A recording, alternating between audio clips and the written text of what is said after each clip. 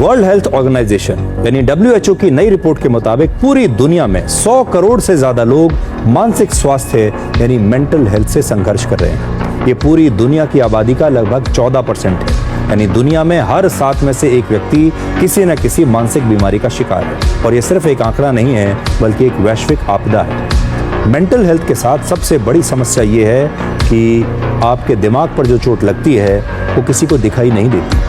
शरीर पर जब चोट लगती है तो आप पट्टी बांध लेते हैं, वो घाव लोगों को दिखाई देता है और तब लोग आपसे पूछते भी हैं कि ये चोट कैसे लगी, और आपको ये भी कहते हैं गेट वेल सून, जल्दी ठीक हो जाइए, इलाज कराइए। लेकिन आपके दिमाग पर जो चोट लगती है, आपके दिमाग पर जो जख्म है, वो किसी को दिखाई नहीं देता। इसलिए अगर इस जख्म का समय पर इलाज नहीं हो पाता है तो आप वही जख्म ऐसे ही लगातार उसे लेकर घूमते रहते हैं और उस पर बार बार चोट होती रहती है। ठीक वैसे ही अगर आपके हाथ पर कोई जख्म लग जाए और उसकी आप पट्टी ना कराएं, दवाई ना लें और बार बार कोई उस जख्म पर चोट करता रहे तो वो जख्म कभी ठीक नहीं होगा।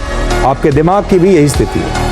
एक आंकड़े के मुताबिक भारत में लगभग 20 करोड़ लोग किसी न किसी मानसिक रोग से संघर्ष कर रहे हैं और इनमें से सिर्फ 10 से 15% लोग ही इसका इलाज करा पाते हैं। हमारा दिमाग एकमात्र ऐसी मशीन है जो 100 साल तक बिना रिप्लेसमेंट के चल सकता है, लेकिन केवल तभी जब हर बार इसकी मरम्मत की जाए, इसे ब्रेक दिया जाए, इसकी सही देखभाल की जाए, इसे खुश रखा जाए। सेहतमंद दिमाग के लिए आप आज से 3 चीजें कर सकते हैं। पहला, अगर ऑफिस का स्ट्रेस ज्यादा है तो किसी शांत और खूबसूरत जगह पर जाकर एक शॉर्ट ट्रिप पर जाइए।